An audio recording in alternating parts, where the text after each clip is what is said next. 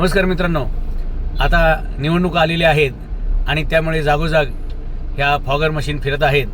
खरं तर ह्या फॉगर मशीन नसून हे भ्रष्टाचाराचं उघड प्रदर्शन करत फिरणाऱ्या आणि नागरिकांच्या आरोग्याचं, त्यांच्या आयुष्याचं कसं वाटोळं झालेलं आहे हे झाकण्यासाठी म्हणून फिरणाऱ्या ह्या मशीन आहेत. सांगा बरं मला आता, हे फॉगर मशीन जी काही फवारा मारतीया त्याचं प्रमाण, त्याचा वेग, त्याची मर्यादा आणि एकंदरीत या शहरात होणारं धुळी प्रदूषण या सगळ्यांचा आपण कसा ताळमेळ घालणार आहोत मित्रांनो.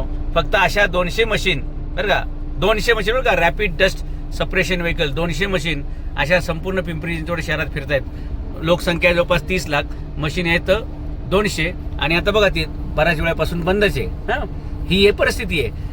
महापालिकेच्या अधिकाऱ्यांना वस्तू घेण्यामध्ये, खरेदी करण्यामध्ये इंटरेस्ट, नंतर त्या नीट चालतायत का, त्या नीट काम करतायत का, याच्यामध्ये काही इंटरेस्ट नाही.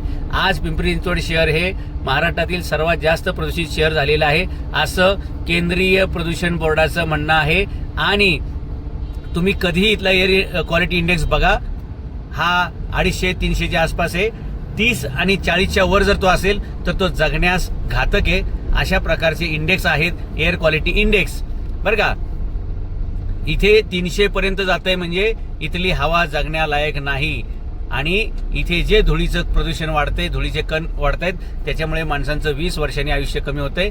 परंतु पालिकेच्या अधिकाऱ्यांना बघा, हे झाडांवरती फॉगर मारण्यात इंटरेस्ट आहे. माणसांना जे मिळायला पाहिजे बरोबर सुविधा, त्याच्यावर लक्ष नाहीये. माणसं मेली तरी चालतील, पण आपलं ठेका चालला पाहिजे, कॉन्ट्रॅक्ट चाललं पाहिजे आणि आपलं खिसे भरत राहिले पाहिजे. हे पिंपरी चिंचवड महानगरपालिकेत सगळं चालू आहे मित्रांनो.